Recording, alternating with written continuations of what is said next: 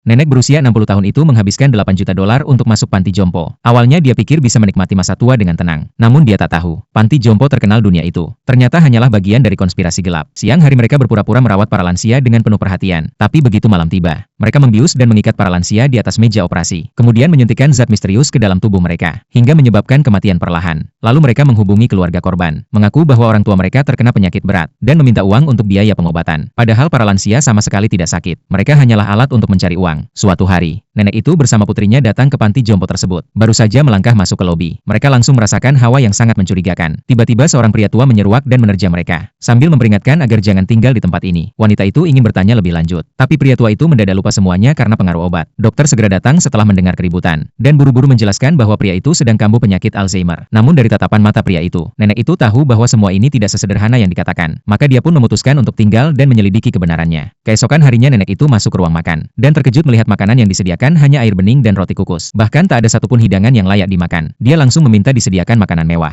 Melihat itu dokter segera menyanggupi, demi mempertahankan nenek itu tetap tinggal. Begitu dokter pergi, nenek itu mulai menyelidiki keadaan sekitar. Tapi para lansia di sana tampak ketakutan dan enggan bicara. Mereka hanya makan susu dan roti hambar, tanpa ada sepotong daging pun di piring mereka. Nenek itu pun diam-diam bertanya kepada lansia di sebelahnya. Namun orang tua itu tampak sangat takut. Baru saja ingin menjawab, dokter tiba-tiba muncul dan memotong percakapan. Dia menatap tajam ke arah lansia itu, dan melarangnya menyentuh daging di piring nenek. Seraya berdalih bahwa lansia itu mengidap diabetes, dan menghindari pertanyaan nenek itu. Tapi tak lama kemudian, lansia itu tiba-tiba jatuh pingsan. Beruntung pertolongan datang tepat waktu, dan nyawanya berhasil diselamatkan. Secara tak sengaja, nenek itu mendengar bahwa anak-anak lansia tersebut sebenarnya sangat perhatian. Namun sejak wanita tua itu didiagnosis sakit, hubungan mereka tiba-tiba terputus begitu saja. Nenek itu semakin curiga. Malam itu juga, dia membawa senter dan alat-alat, lalu menyelinap masuk ke ruang data. Tak disangka dia malah bertemu dokter. Dia langsung bertanya apakah mereka menggunakan obat-obatan psikotropika. Dokter tidak menjawab dengan jujur, malah berbohong dan mengatakan itu adalah obat untuk penyakit jantung. Nenek itu pun percaya. Tapi begitu dia pergi, wajah dokter langsung berubah dingin. Dia sadar membiarkan nenek itu tetap tinggal hanya akan membawa masalah. Maka dia memutuskan untuk menjadwalkan pemeriksaan malam itu juga, dengan bantuan para staf. Nenek itu akhirnya berhasil diikat paksa ke meja operasi. Namun tak disangka, nenek itu sudah punya rencana cadangan. Dia mendadak meronta dan melepaskan diri, lalu menendang perawat hingga terjungkal. Melihat itu, kepala panti dan dokter langsung ketakutan. Namun pada akhirnya, nenek itu tetap tidak bisa lolos dari pemeriksaan brutal itu.